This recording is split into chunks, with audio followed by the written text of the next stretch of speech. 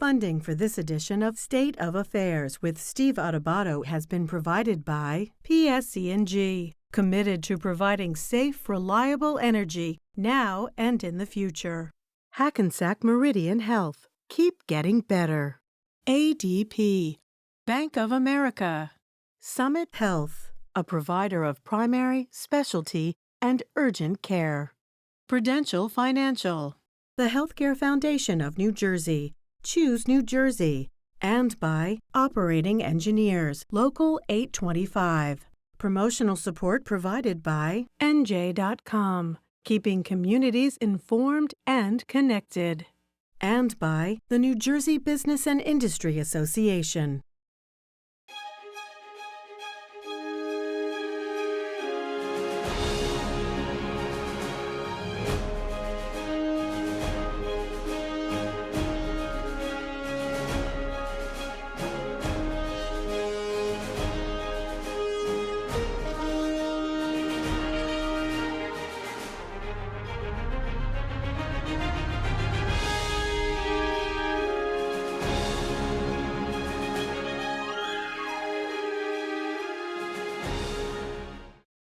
Hi, I'm Steve Adubato. We kick off this program with a very compelling and important conversation with a New Jersey leader who definitely matters. He's Senator Paul Sarlo, Deputy Majority Leader in the Senate, also Chair of the Senate Budget and Appropriations Committee. Senator, great to have you with us.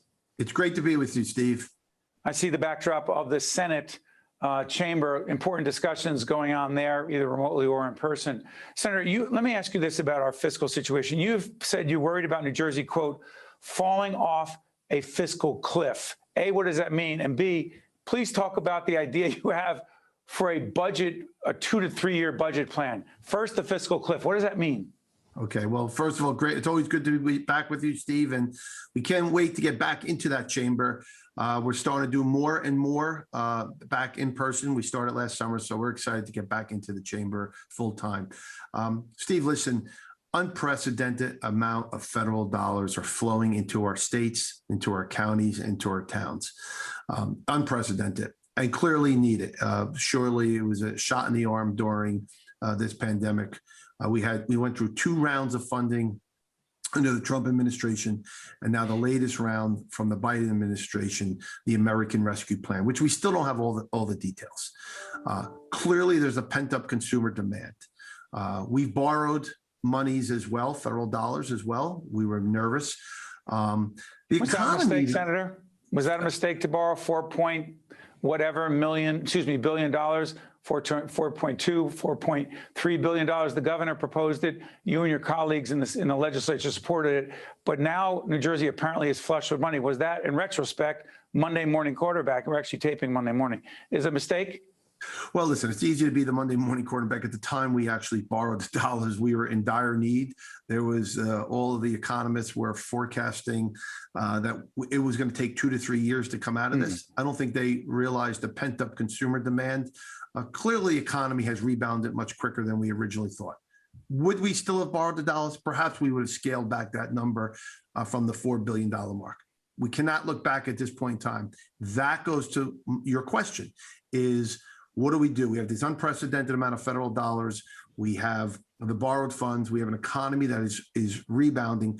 We need to plan for 2 to 3 years. We cannot be a bunch of folks who are looking at a 1 year budget. It needs to be the 2 to 3 year budget. I am concerned about a fiscal cliff. I am concerned about inflation 2 to 3 years from now. The last thing I want to be able to be is sitting in that chamber as the Senate Budget and Appropriations Chairman and to be able to say to my colleagues or to my constituents, more importantly, my colleagues, my constituents, we've received all these federal dollars, we borrowed these monies, and now inflation is hit and the economy is taking a tank and the fiscal cliff is here. Can't happen. I'm not going to allow it to happen. We need to do a long-term plan. Forget elections, long-term fiscal planning, which includes paying down debt. Well, let's talk about this. By the way, we're taping on the 10th of May. It'll be seen later. So the context of my question will be very clear. So this is May 10th. It is so unpredictable, Senator. Obviously, no one predicted this pandemic and a whole range of other things that have happened connected to COVID. So how the heck can you have a 2 to 3 year budget plan when there's so much uncertainty moving forward? months, weeks, days, if not years? Good question. A couple points. First of all, the fiscal year budget that we will be adopting in the coming weeks by June 30th will not include any of the American Rescue Plan dollars. There'll be None of them. None of them. We are not going to include them. I think we have that agreement. There's number one. Number two is part of the Horizon reorganization plan. There is a couple $100 million there, not part of this budget. Excuse me, Horizon is an underwriter of what we do. I just want to disclose that as the senator is talking. Please, Senator, pick up your point. Okay, so the Horizon reorganization plan that we had adopted last year is a couple $100 million that will be into the state. That money comes into the state, right? Right. We are not going to be using that as part of this year's budget. With regards to our surplus this year, it will be and should be much larger than it has been in previous years to ensure we have a ample surplus for next year. That could kick some of those ARP dollars out to the following year and put a plan together. ARP, American Rescue Plan. American Rescue Plan. Sorry on the acronyms, sir. That's okay. In government, there are just a few. There are more than I could imagine, more than I like to imagine.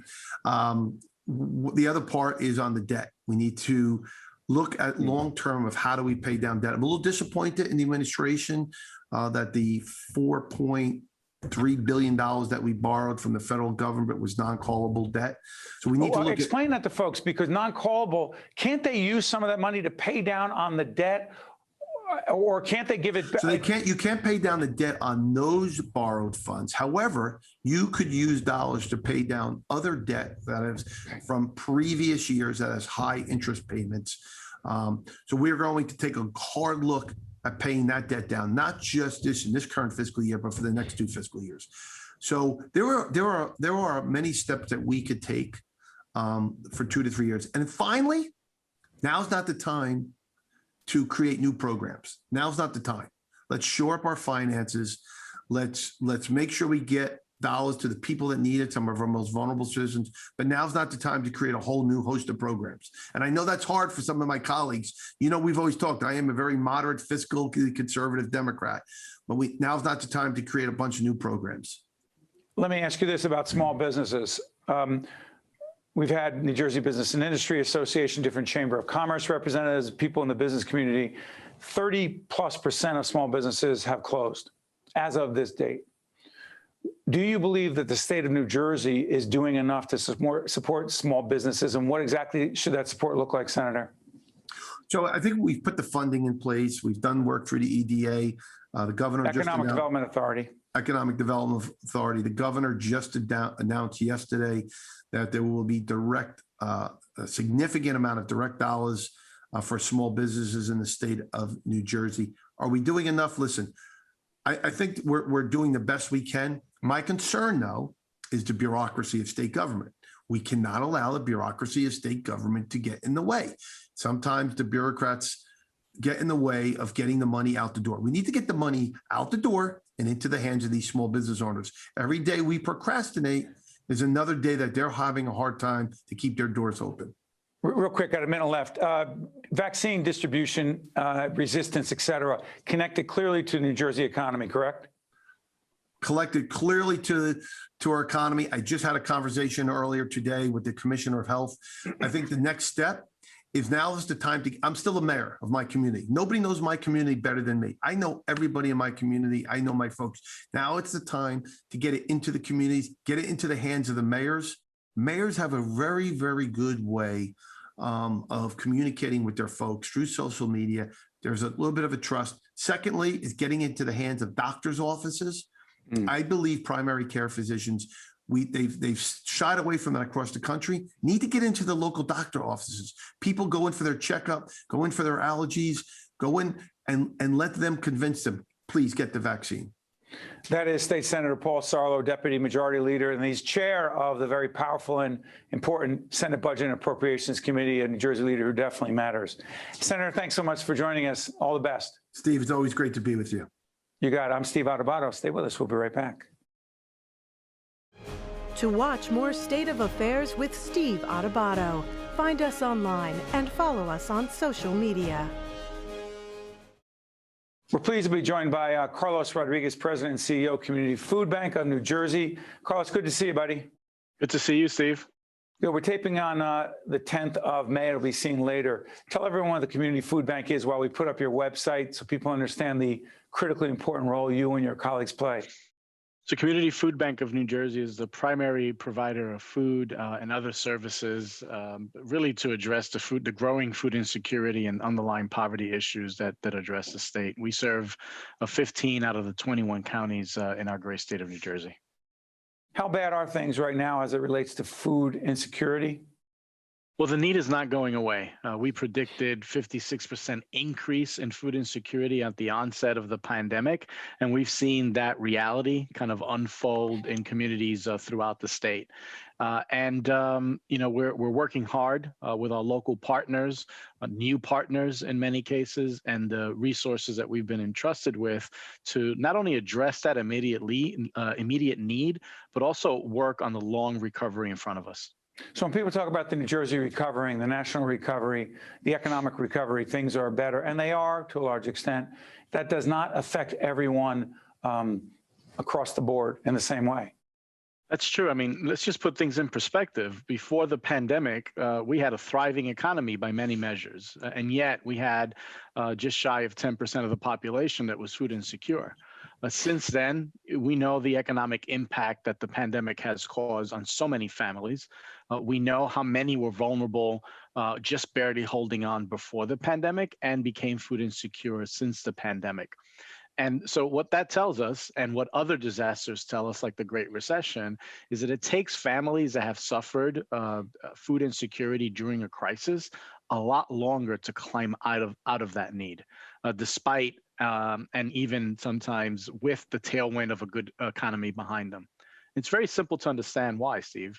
For every month that a food insecure family has been without the resources that they needed to make ends meet, they just have that much more of a financial debt to climb or financial hill to climb out of.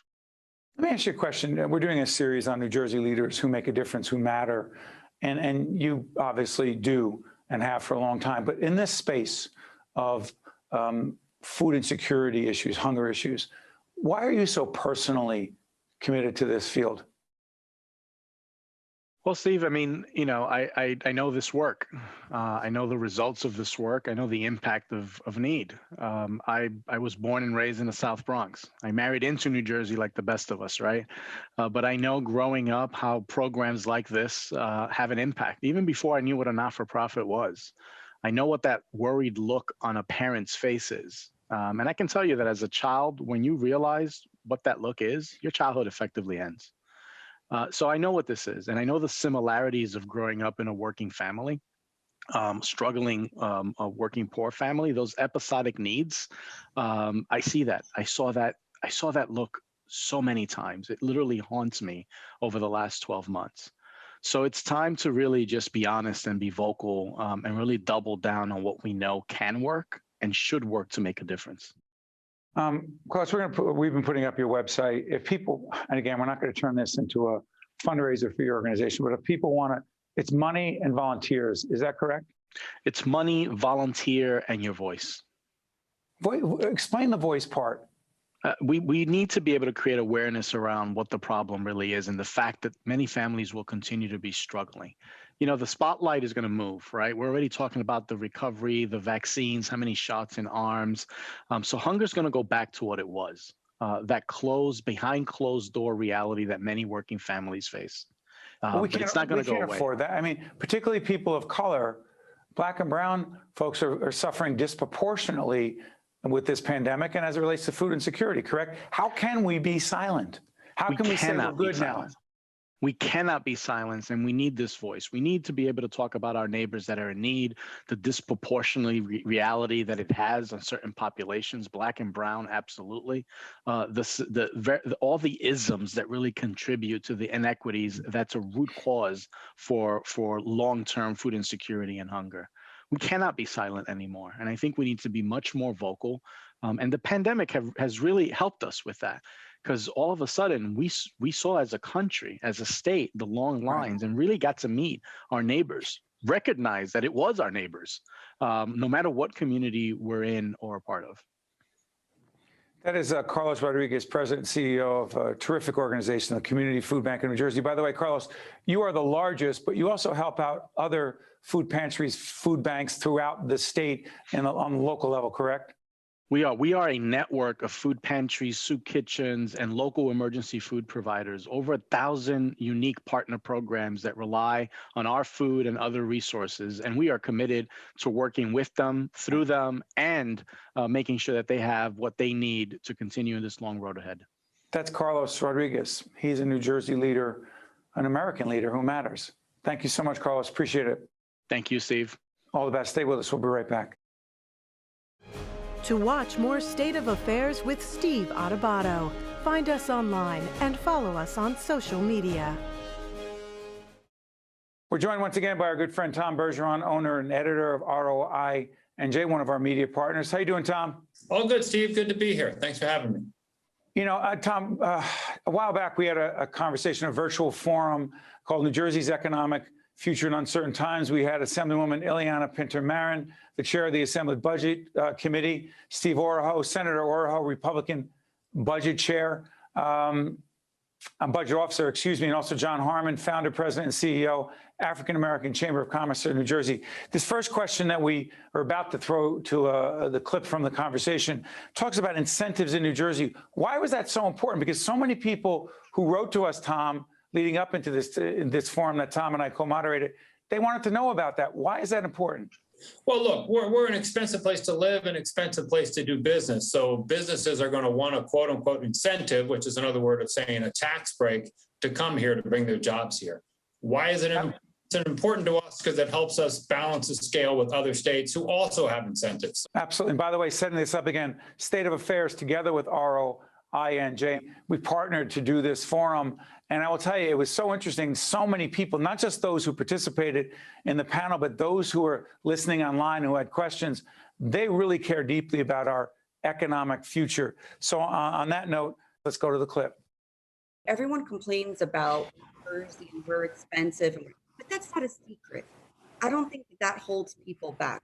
I think people want to come to New Jersey and companies want to come to New Jersey because we're a highly educated state. We have a tremendous workforce.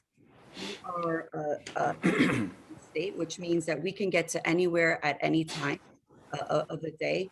And I think that we have a lot to offer. Coming out of this pandemic, we've all been innovative, because if without innovation, you'd be dead in the water, right? So who are the targets? Who are going to be in a line to participate? Every trough of opportunity and resources, Black and brown people should be the first partakers in partnership with others. That's how we get a more balanced, a more equitable economy. And I would say that's where we're pushing hard right now. I've been a sponsor of the economic incentive plans. The reason I'd rather not have them is because we're so uncommitted. It's the only thing that gives us a seat at the table. Sometimes, as the chairwoman had said, we got great assets, we got a great location, we got a great workforce, we have great infrastructure and it's properly maintained. We just outpriced ourselves many, many years ago. And you know, people will pay for value, but they won't overpay for value. Tom, you know, you listen to Senator Oroho on the back end talking about the role of government economic incentives. Here's the devil's advocate question. Even in the age of COVID, those who argue for a pure capitalist system, let the marketplace dictate, that would mean that government wouldn't be involved in any way. There'd be no need for incentive. Let the marketplace decide. That doesn't always work, does it? It doesn't, although it brings up a good point. Let me raise this angle with you, Steve. The one thing about our incentive program that finally was passed, it was about a year or two in the making before it happened. So it already was a year or two old, but really it's a generation old, because when we start talking about incentives, when we start to talk about coming here to work, everything that we've talked about in the past, I don't know that it necessarily implies, right? Now you're going to have to talk about where people want to work. Employees want people to work. Can they work from home? Can they work remotely? So that whole situation, all the things that New Jersey brings and that means so well, people have rethought the importance of that and rethought what's important to them in their life. And I think that's going to dictate things even more than incentives. But back to the incentive question, It would be nice not to have them, but if our taxes are so high, we have to have them. You know, Tom just raised such a great point. Work itself, where you work, how you work, the conditions under which you work, industries changing so rapidly that incentive programs have to correlate with them. And I believe the implied, if not the direct statement you're making, Tom, is government has a hard time keeping up with that pace. They're way behind. And a lot of these incentive programs are geared towards the amount of jobs that are created. And now companies are saying, okay, well, where are these jobs going to be and how do we register them? Forget the whole argument about where I'm paying taxes because I'm living here and I'm working here in a situation. You now have another generation that might be working for you out of state because companies are realizing that we can get by with people all over the place. They never thought they could. That's the one thing COVID did. So now as companies are looking to move ahead, do they need expensive real estate in New Jersey? Should they take it somewhere? Wow. They need real estate anywhere. All of this is going to be thrown up in the air now, and we'll have to see where it lands. By the way, Tom, the second clip we're going to go to from this forum, this is vaccines and the impact on the economy. COVID vaccines. Boy, was this an important discussion. Let's throw to the clip. Senator Oroho, 50% apparently in the polls I've seen of Republicans say they're resistant to the vaccine, the connection to the economy. Do you believe those Republicans and many Trump supporters who say no, that they are hurting New Jersey's ability to move forward with the economy? Oh, if the question's about vaccines, I encourage people to get vaccinated. The issue about, mandates and stuff like this. Listen, we've educated people about the risks. If people are going to take the risk, but I encourage people to get vaccinated. I've been vaccinated. But there's a connection between vaccine resistance or getting the vaccine and the New Jersey economy, right? There is, right? As far as opening up quickly, but at the same time, yes. Hold on. At the same time, we've been under this for a full year now. But Senator, people understand the risk. But the problem is, right, we have appointments. And people are not rushing anymore. There was a huge rush in the beginning to get it, and that's problematic. Is that hurting the New Jersey economy, Assemblywoman? I think it won't for the summer, but it might hurt them for the winter months. John Harmon, final words on it? Okay, Tom, go ahead.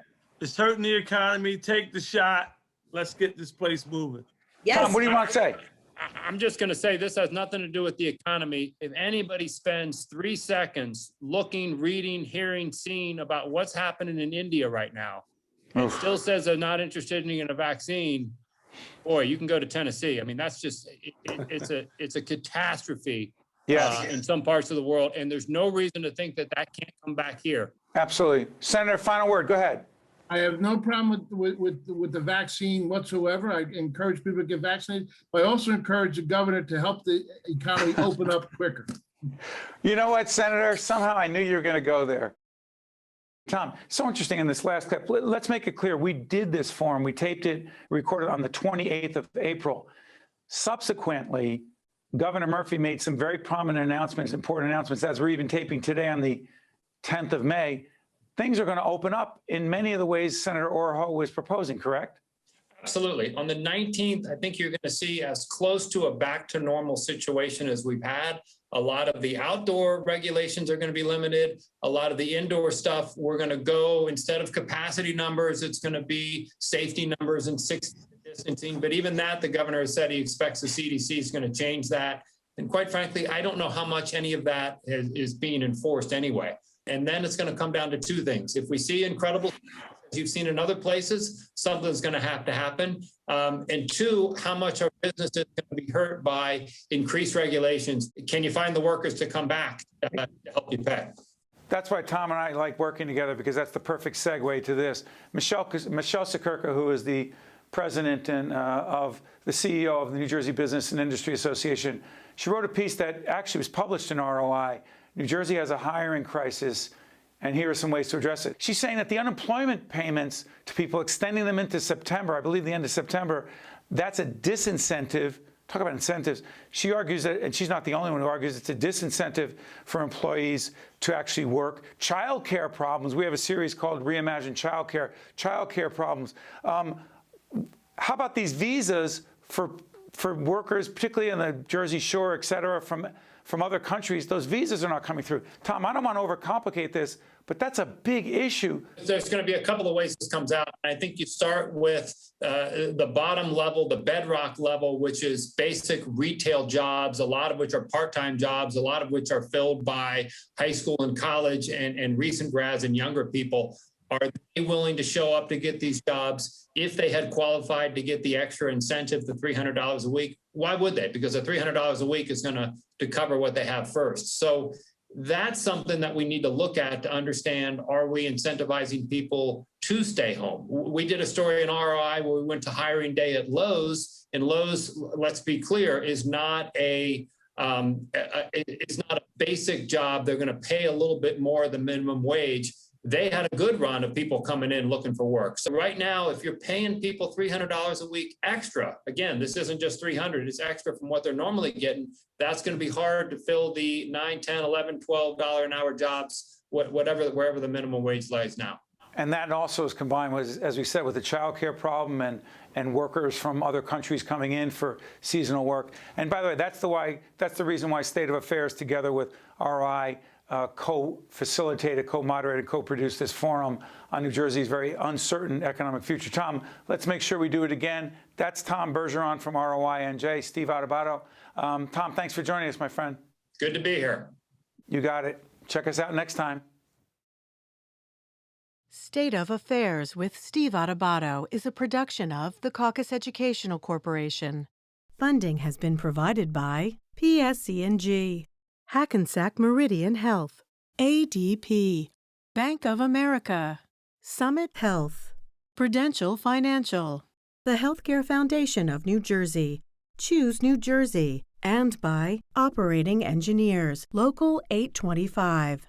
Promotional support provided by NJ.com and by the New Jersey Business and Industry Association. Hello, this is Dr. Joseph Underwood, emergency medicine physician at Hackensack Meridian Health. Health emergencies don't stop because of the COVID-19 pandemic, so if you're experiencing heart attack symptoms like chest pain or stroke symptoms, including balance or vision problems, please call 911 immediately. To learn more about how Hackensack Meridian Health is providing you the best health care during this pandemic, visit hackensackmeridianhealth.org/getcarenow.